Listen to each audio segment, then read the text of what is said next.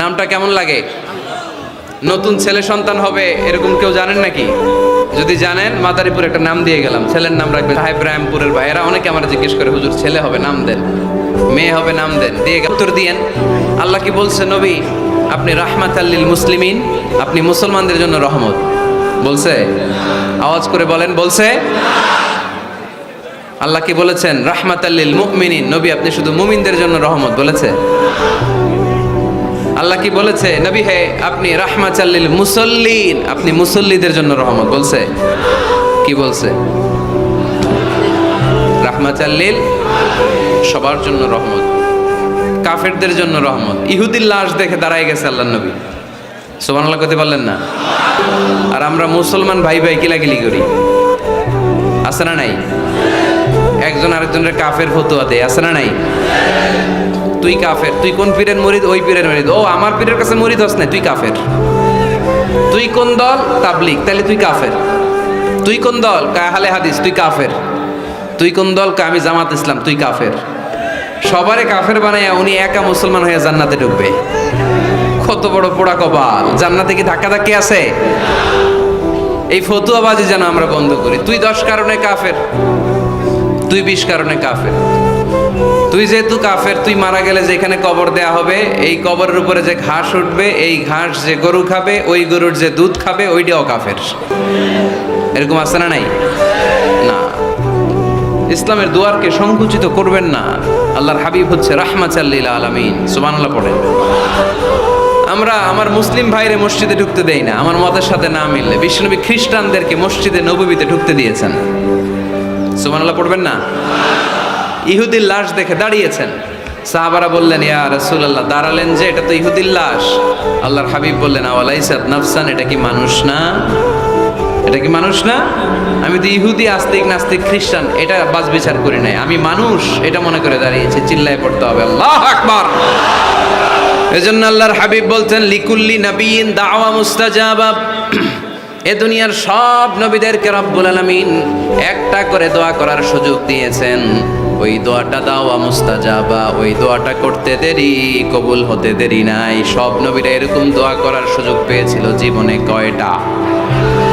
কয়টা? ওই একটা দোয়া সব নবীরাই করে ফেলছে দুনিয়াতে। বিপদে পড়েই দোয়া কাজে লাগায় ফেলছে, আর সুযোগ নাই। কারণ একটা চান্স, একজন নবী ওই স্পেশাল দোয়াটা করে নাই। আল্লাহ বলছে নবীরা একটা করে দোয়া করো। তোমার কি দোয়া? তোমার কি দোয়া? তোমার কি দোয়া? উনি বলে আমার এটা লাগবে, ওইটা লাগবে। আল্লাহ বলতেছে যে যা চাইবে ওইটাই দিবা। সব নবী দোয়া করে, একজন করে না। নবীদের সর্দার নবী আপনার দোয়াটা করেন। কয় করুম না, করবো না, আমি রেখে দিলাম, যখন লাগে তখন করুন। সুবহানাল্লাহ পড়বেন না? লিকুল্লি নাবিয়িন দাওয়া মুস্তাজাবা, সব নবীকে স্পেশাল সুযোগ আল্লাহ দিলেন। দাও বিহা, সব নবীরা ওই দোয়াটা দুনিয়ার বুকেই করে ফেলেছে। আল্লাহর হাবিব বলেন ওয়া ইন্নী আখতাবিউ দাওয়াতি শাফাআতান লি উম্মতি ইয়াউমাল কিয়ামা। আমি আমার ওই দোয়াটা দুনিয়ার বুকে করি নাই, কিয়ামতের দিন কঠিন বিপদের সময়ে, সূর্যটা যেদিন মাথার কাছে চলে আসবে, জমিনটারে তামার জমিন বানিয়ে দেওয়া হবে, তৃষ্ণার ক্ষুধার চোটে জিহ্বাটা বের হয়ে নাবির সামনে ঝুলবে, সবাই ইয়া নাফসি ইয়া নাফসি ইয়া নাফসি বলে চিৎকার মারবে। ওই কঠিন দিনে আমার গুনাহগার উম্মতের সুপারিশের জন্য স্পেশাল দোয়াটা আমি রেখে দিয়েছি। আমার নবী জীবনে তো কোনো দুঃখ কষ্টের সম্মুখীন হয় নাই, তাই না? না খেয়ে কতদিন ছিলেন এটার হিসাব নাই, পেটে পাথর বাঁধতেন। হাসান আর হুসাইন রাদিয়াল্লাহু তাআলা আনহুমাকে দেখতে যেতেন, প্রায় দেখতে যেতেন। একবার দেখতে যাইতে পারেন নাই, তারপরে গেলেন। যে দেখে হাসান হুসাইন ঘুমায় আছে। ফাতিমা রাদিয়াল্লাহু তাআলা আনহা খাবার রান্না করার অভিনয় করতেছে, খাবার রান্না করার অভিনয়। সকালে বলে রান্না হইতেছে, বাবা ঘুমাও। দুপুরে বলে ঘুমাও। ছোট্ট হাসান হুসাইন রাদিয়াল্লাহু তাআলা আনহুমা ঘুমায়, না খেয়ে বাচ্চা দুইটা মরে যাওয়ার মতো অবস্থা। নানা ভাইয়ের আওয়াজ শুনে বাচ্চা দুইটা বের হয়ে নানা ভাইকে বলে, নানা ভাই আজকে আপনার কাছে একটা বিচার দিব, বিচারটা আপনি করবেন। আল্লাহর হাবিব বলে, আমি যদি বিচার না করি কে বিচার করবে? হাসান আর হুসাইন বলে, নানা ভাই এই বিচারটা সাধারণ কারণ আমি বিচার না, আপনার মেয়ের নামের বিচার।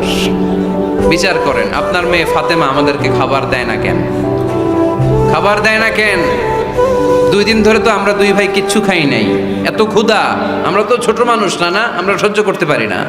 বিশ্বনবী হাসান আর হোসেন রাদিয়াল্লাহু তাআলা আনহুকে জড়িয়ে ধরলেন আর বললেন, তোমরা 2 দিন ধরে খাও নাই, দেখো আমি পেটে পাথর বেঁধেছি, আমি 3 দিন ধরে কিছু খাই নাই। ওই সময় আচ্ছা, নানা কি কখনো নাতির না খেয়ে থাকার দৃশ্য সহ্য করতে পারে?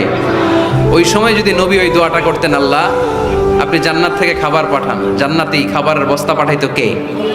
দোয়াটা করে ফেলছিল না? করছিল? ওদের ময়দানে দাঁত ভেঙে ঝরঝর করে রক্ত ঝরল, তখনও দোয়াটা করে নাই। তায়েফের ময়দানে পিটিয়ে পাথর মেরে বিশ্বনবীকে আঘাত করেছে, তখনও দোয়াটা করে নাই, ঠিক কিনা?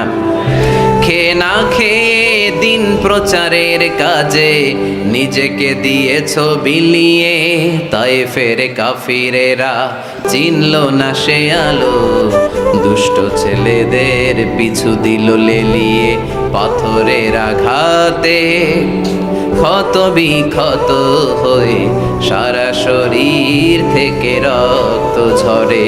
হে রাসূল তোমাকে ভুলি আমি কেমন করে, হে রাসূল তোমাকে ভুলি আমি কেমন করে। ওই নবীকে ভুলে থাকা যায়? ওই নবীরে ভুলে থাকা যায়? ওই নবীরে যদি কেউ গালি দেয় তার খবর আছে না নাই? আমার নবীর সম্মানে যদি কেউ বা হাত ঢুকাতে চায়, ওই বা হাত কেমন করে ভেঙে দিতে হয় মুসলমানদের জানা আছে, চিল্লায় বলো ঠিক কিনা? আমার নবীর ব্যাপারে আমরা সবাই এক।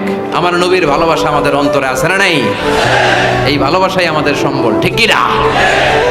কখনো কাউরে আঘাত করেন নাই। ওই দোয়াটা ওই কঠিন পরিস্থিতি তো বিশ্বনবী করেন নাই, রেখে দিয়েছেন আমার জন্য, রেখে দিয়েছেন আপনার জন্য, রেখে দিয়েছেন আমাদের জন্য, রেখে দিয়েছেন। জোরে বলেন ঠিক কিনা? এত কোমল হৃদয়ের অধিকারী দুনিয়ায় কেউ ছিল না। এজন্য আল্লাহ বলেন, ফাবিমা রাহমাতিম মিনাল্লাহি লিনতা লাহুম ওয়ালাউ কুনতা ফাযযান গালিযাল কলবি লানফাদ্দু মিন হাওলিক। নবী আমার রহমতে আপনি কোমল হৃদয়ের মানুষ হয়েছেন। আপনি যদি কোমল হৃদয়ের অধিকারী না হতেন, লোকেরা আপনার পিছে এরকম ঘুরঘুর করতো না। সুবহানাল্লাহ। যারাই কোমল হৃদয়ের অধিকারী, যারাই বিনয়ী, যারাই ভদ্র, দেখবেন মানুষ মৌমাছির পোকার মতো তার পিছনে ঘুরঘুর করে, আছে না নাই? ওই যে ভদ্রতা, মান তাওয়াদা লিল্লাহি ইল্লা রাফাআহুল্লাহ, এটা দুনিয়ার নিয়ম, এটা মুখস্থ রাখবেন, জীবনে কাজে লাগাবেন। সবসময় নিচু হইতে চাইবেন, ছোট হইতে চাইবেন। আপনি ছোট হইতে চাইলে আল্লাহ টাইনা উপরে উঠাবে। আর আপনি যদি বলেন আমি বড়, আমার চেয়ে বড় কেউ নাই, আমি আল্লাহ, এক থাপ্পড় মেরে আল্লাহ জমিনে কেটে দিবে, চিল্লায় বলো ঠিক কিনা? সম্মান দেওয়ার মালিক কে? অপমান করার মালিক কে? এজন্য বিনয়ী হন, বিশ্বনবীর মতো বিনয়ী। তিনি রাহমাতাল লিল আলামিন। সুবহানাল্লাহ পড়েন। 6 নম্বর পরিচয় কোরআন বলল, বিশ্বনবীর চরিত্র খুলুকে আযীম, ফুলের চাইতেও পবিত্র। আমরা তো বলি আমার নেতার চরিত্র ফুলের মতো, এই কথাটা আসলে বিশ্বনবীর সাথে যায়, ঠিক কি না? আমার নবীর চরিত্র ফুলের মতো না, ফুলের চাইতেও। আমি বলি, আপনারা বলেন, আমার নবীর চরিত্র ফুলের চাইতেও পবিত্র। ওয়া ইন্নাকা লাআলা খুলুকিন আযীম, and verily you are on a very good standard of character. নবী, এত সুন্দর চরিত্রের মধ্যে আমি আপনাকে স্থাপন করেছি।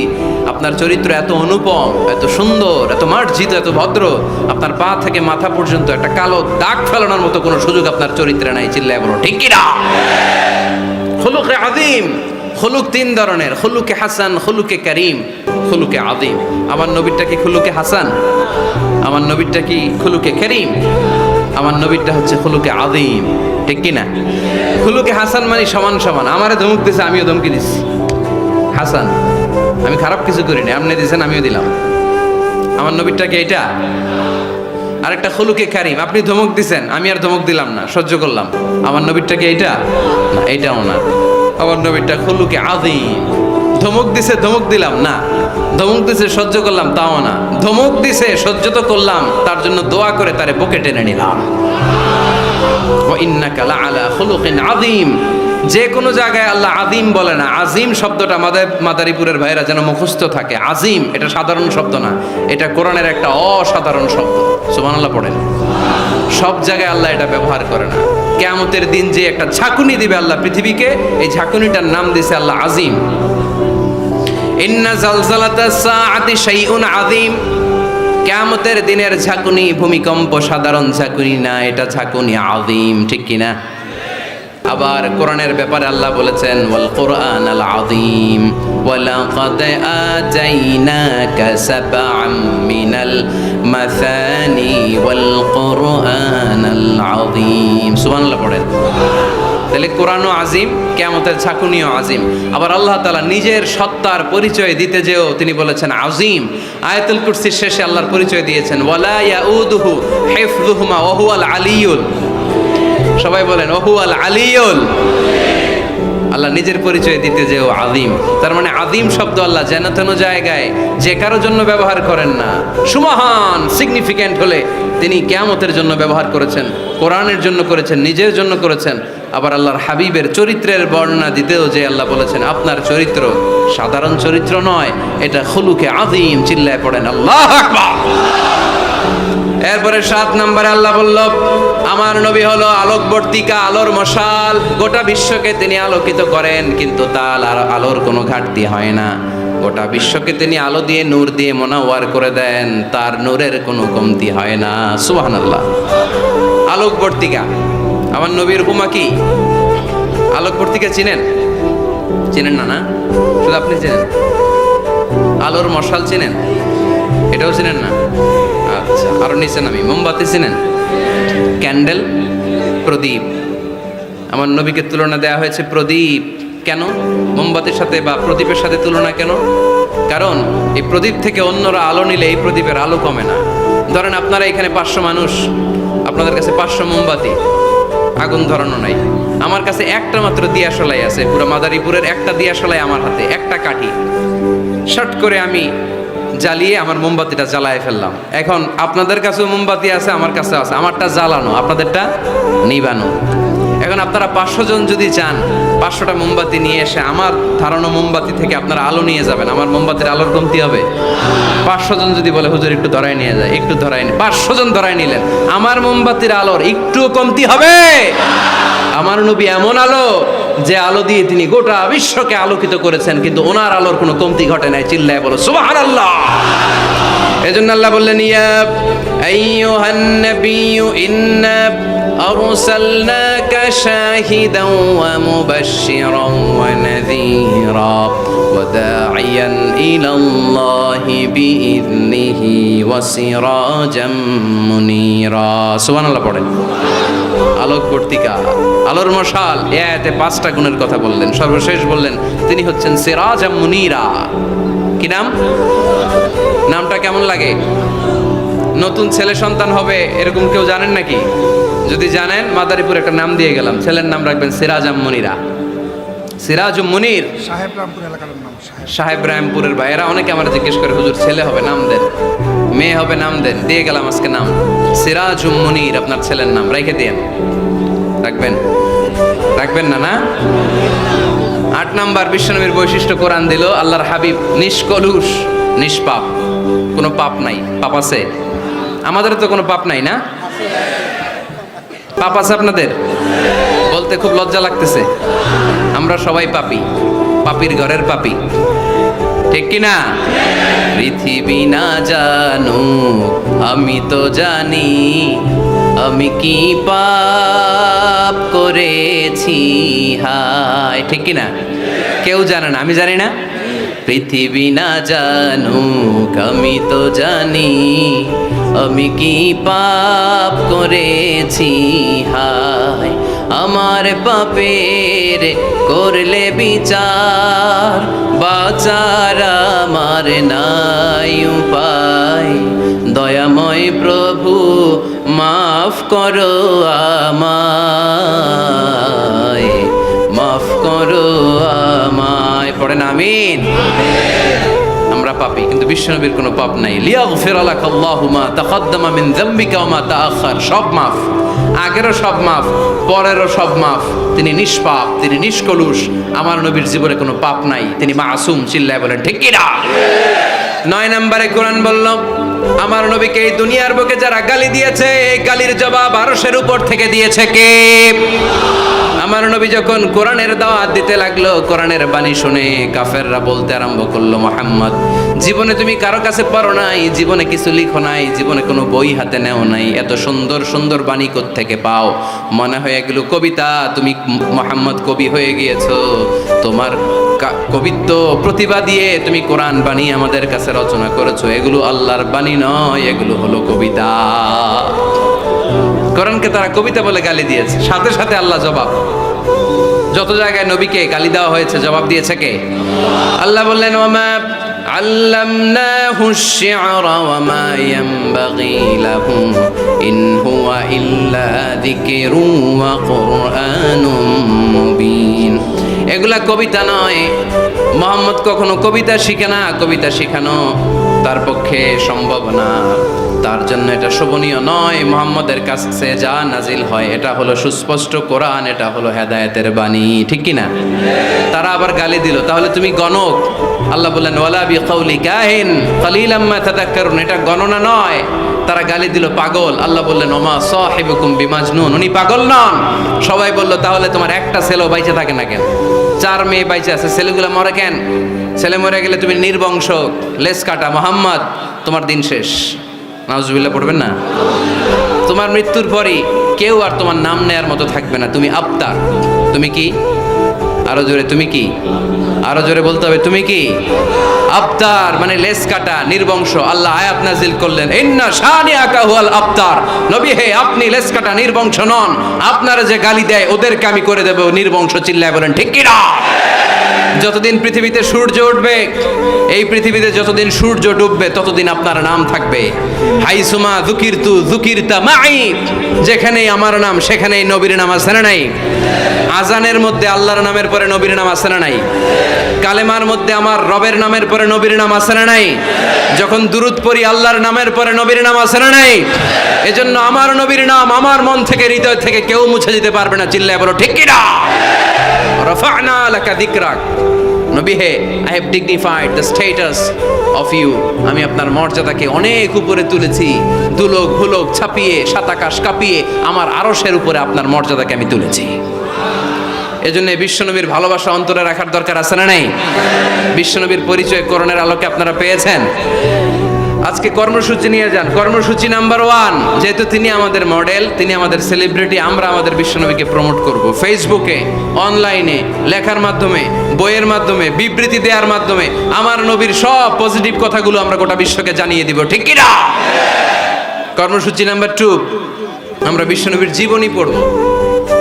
শুরু থেকে শেষ পর্যন্ত বিশ্বনবীর জীবনীটা একবার পড়ছেন এরকম কে কে আছেন দেখি মাদারীপুরে? হাতে গোনা, অল্প, হাত নামান। এখন থেকে বিশ্বনবীর জীবনী পড়তে হবে। কিছুদিন আগে বাইতুল মোকাররমে বই মেলা গেল। মাদারীপুর শহরে ইসলামী বইয়ের দোকান আছেন, ওখান থেকে বিশ্বনবীর সিরাত গ্রন্থ কিনবেন। কত জীবনী পড়লেন, আমার নবীর জীবনীটা একটু পড়ে দেখেন। আজকের মাহফিলটা তখনই সার্থক হবে যখন আজকের প্রোগ্রাম থেকে আমরা এই সিদ্ধান্ত নিয়ে ফিরে যেতে পারবো যে আমার হাবিবের জীবনীটা first to last, A to Z, শুরু থেকে শেষ পর্যন্ত একবার হলেও আমি পড়ব। রাজি আছেন? রাজি আছেন? সবাই রাজি? আল্লাহ তুমি তৌফিক দান করো। আর জোরে পড়ে আমিন। হাযা মা ইনদি ওয়াল ইলমু ইনদাল্লাহ আলাইহি তাওয়াক্কালতু ওয়া ইলাইহি উনীব। সুবহানাকাল্লাহুম্মা ওয়া বিহামদিকা আশহাদু আল্লা ইলাহা ইল্লা আনতা আস্তাগফিরুকা ওয়া আতুবু ইলাইক। আপনাদেরকে অনেক শুকরিয়া। আপনাদের সবাইকে সালাম এবং ভালোবাসা। ভালো থাকবেন, সুস্থ থাকবেন, সুন্দর থাকবেন। আবারও হয়তো দেখা হয়ে যাবে অন্য কোথাও।